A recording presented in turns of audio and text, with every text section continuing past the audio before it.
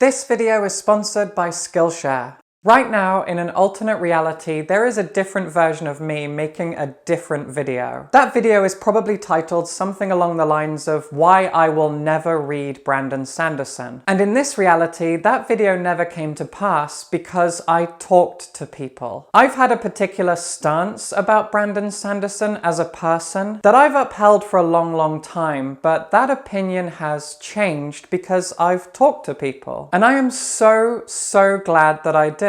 My relationship to Brandon Sanderson began in 2019. Before that, I probably knew who he was and the fact that he was a fantasy author with a lot of big beefy books out, but that was it. And in 2019, I was browsing the internet and I came across a creative writing class that he had filmed and put up online. Alongside being a fantasy author, Sanderson is also a teacher of creative writing. And I spent a few hours watching his creative writing class because I myself am a writer. I'm currently working on a fantasy novel, and he seemed like a really good authority on the subject. He's a very successful fantasy writer, even though at that time I'd read nothing that he'd written. So speaking as a writer and as a former English teacher myself, I was very excited to learn from one of the greats. And because I have such a passion for creative writing, I am thrilled that this video is sponsored by Skillshare. Skillshare is the largest online learning community for creatives, with thousands of classes led by industry experts across film, illustration, design, freelance, productivity, and more. Skillshare can help you take your career, skills, hobbies, passions, or side hustles to the next level. Now, while I have already written a short horror collection, I am currently working on a much larger fantasy book. And a big difference between short and long fiction is character growth. So I've turned to Skillshare to study the creative writing course, Develop Memorable Fictional Characters. This is a 3-part course that begins with Storytelling 101, Character, Conflict, Context, and Craft. This first class is led by Daniel Jose Older. The second class is led by the wonderful Sabata here, and it covers writing authentic fiction, how to build a believable character. And the course ends with Lindsay Summers teaching the Creative Writer's Toolkit, writing a character study. I'm going to be taking this class in order to refine the characters in my story, in my world, but Skillshare also has so many other creative writing courses besides. These include Creative Writing Bootcamp led by Myla Goldberg, Creative Writing for All led by Emily Gould, and even Creative Writing Crafting Personal Essays with Impact led by the amazing Roxanne Gay. To kick off the new year, Skillshare is focusing on the theme of creativity as a practice. This is a philosophy so close to my heart. The idea that our creative energy and our creative output is exactly as important as our own health and well-being. Flexing your creative muscles and expressing yourself through art, through music, through writing, whatever it may be, is one of the most beautiful and vital things in this life. Skillshare is promoting that philosophy and providing us with classes in order to make all of that a reality. The first 500 people to use my link in the description will receive a 1-month free trial of Skillshare. Get started today. Thank you to Skillshare for sponsoring this video.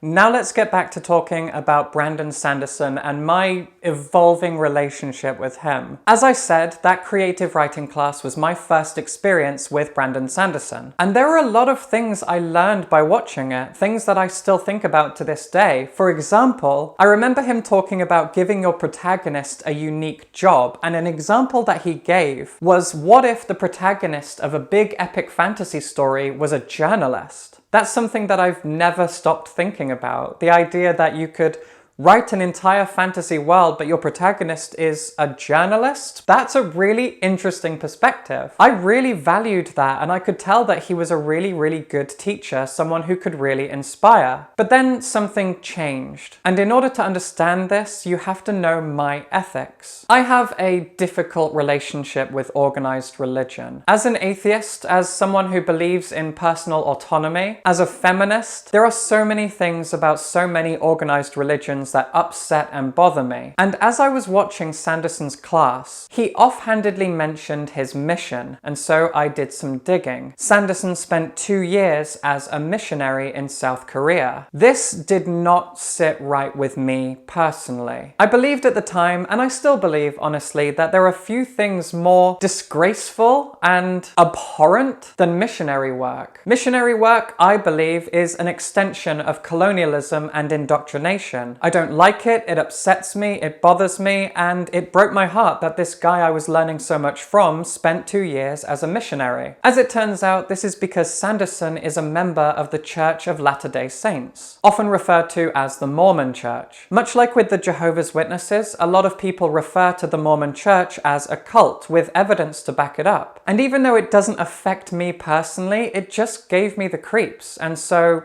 I spent so many years just avoiding Brandon Sanderson's work purely on the basis that he's a member of an evangelical church and spent 2 years working as a missionary. These, to me, were very good reasons to avoid him and his writing. Until now. As I said, I came very, very close to making a video on why I would never read Brandon Sanderson, and everything I just said was the reason for that. But instead of turning that perspective into a video, I turned it into a post on my Patreon. I asked my patrons their perspectives, and I learned so much. One of my patrons is a member of the LDS Church. She understood my perspective, she was not angry, she did not judge me, she provided me with some insight and information, she showed me kindness and understanding and patience. She did not stop being a patron, she said that I will continue to support you, and I felt so relieved. This person financially supports me, and I had judged her church, but she responded to all of that with kindness and understanding. Other patrons agreed with my perspective, said that they also don't read Sanderson, and others still said that they read him in spite of that and gave me some insights and perspectives and opinions and takes, etc., etc. Then I was talking to a friend of mine about all of this, who pointed out that judging someone on their religious beliefs, as I've been doing, is just as bigoted as anything a church might teach. The LDS Church has a history of sexism and racism, and my friend, who is also an atheist, pointed out that me judging Sanderson on his religious beliefs is no less bigoted than sexism or racism. Suddenly my whole world is shifting, and all of this led me to do 2 things. 1, I read a Brandon Sanderson novel, and 2, I learned more about the man. Brandon Sanderson, by all accounts, is a very, very kind person. He has a very well-earned reputation as an author for writing really, really complex female characters. Even if the church that he's a member of has a history of sexism, Sanderson is not a sexist person, and suddenly I'm realizing I should be judging him based on his thoughts, his behaviors,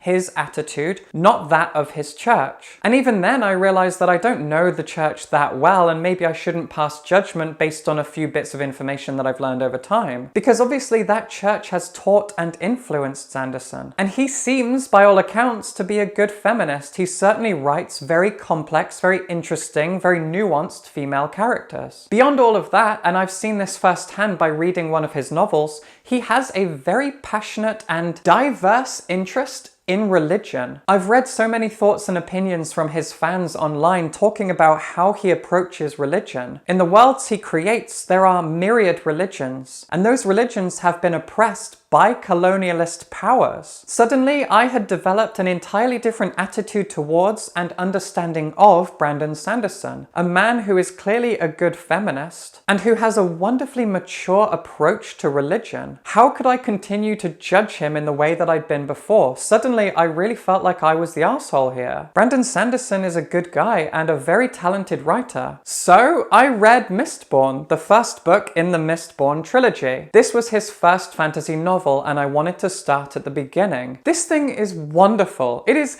absolutely outstanding. I am really, really amazed by this book. So amazed that I went out and I got the second book, The Well of Ascension, which I'll be starting really, really soon. I'm gonna make my way through the Mistborn series and then move into the Stormlight Archive, and I am so excited for the journey that I'm about to go on because Brandon Sanderson is exquisite. Mistborn is set in a desperately sad world. A world in which an empire led by a tyrannical, immortal ruler has oppressed an entire group of people. These people are known as the Scar, Outside of the big cities, they are field slaves working at plantations. And inside the city, many of them are homeless beggars, house slaves, and generally oppressed underclass people. The novel follows two protagonists, a man who is trying to build a rebellion, and a young girl, a street urchin, who has been working as a thief, who will eventually join this rebellion. And so we follow the story of this rebellion as they try to rise up against the Empire and its immortal ruler. Along the way, we learn about the magic system, which involves people eating and digesting different kinds of metals. Each metal provides you with a different gift, and it only lasts so long as it takes to digest and burn that metal. There are different kinds of users of these metals. The majority of people who have this power can only manipulate one metal, but there are a select few people who can burn all of them. Those people are called Mistborn, and our two protagonists are both Mistborn. And at the start of each chapter, we get a paragraph from some sort of journal. For a while, we have no idea whose journal it is until it eventually becomes clear this is the journal of the world's tyrannical immortal ruler. We are learning steadily, bit by bit, how he got to where he is. And something that I chose to do, which I really recommend you do too, is read the first few, realize you're getting kind of confused by it and not really taking it in, and just skip them. Fully skip every single one of those little intro paragraphs at the start of each chapter. Then when you get into the third act and you've got maybe 150 pages left and things have started to come together, go back and read them all as if they're all one chapter. And that whole journal kind of lights up in your mind and you get a really good perspective on this villain. I also mentioned earlier that Sanderson has a very complex, nuanced and mature approach to religion. There is a character in this book who is a member of a different underclass, and he is a kind of record keeper. He searches for and records information about religions. There have been so many different religions in this world, and they have all been outlawed by this ruler, which is something that dictators are known to do. And we learn snippets about these different religions. Sanderson is demonstrating here that he has a vested interest in the different ways in which people worship, and this really endeared me to him. I could go on, but this isn't really a review of Mistborn. I just wanted to demonstrate how much I loved this book. I've gotten back into fantasy recently, and I felt like I couldn't avoid Brandon Sanderson, so I've taken the time to learn about him, to read one of his books, to talk to people about him. And in this video, I have opened up about my own religious prejudices and the fact that they have changed and hopefully matured. I still have my thoughts and opinions about missionary work, etc., but Brandon Sanderson is a good person. As far as I can tell, his writing certainly points to that being the case. And from the conversations I've had, the things that I've read online, all the research that I've done, Brandon Sanderson clearly thinks and talks and behaves like a very good person, a very mature, intelligent, considerate, and kind man. And I am no longer going to avoid his works based on my own prejudices. I'm going to enjoy his novels as much as every other fantasy fan does. I am so excited to fall into the world of Brandon Sanderson. I've already taken the first step, and these steps are only going to get bigger because his books are enormous, but they are also wonderful. I'm so excited I finally get to take this journey because I decided to talk to people, grow up,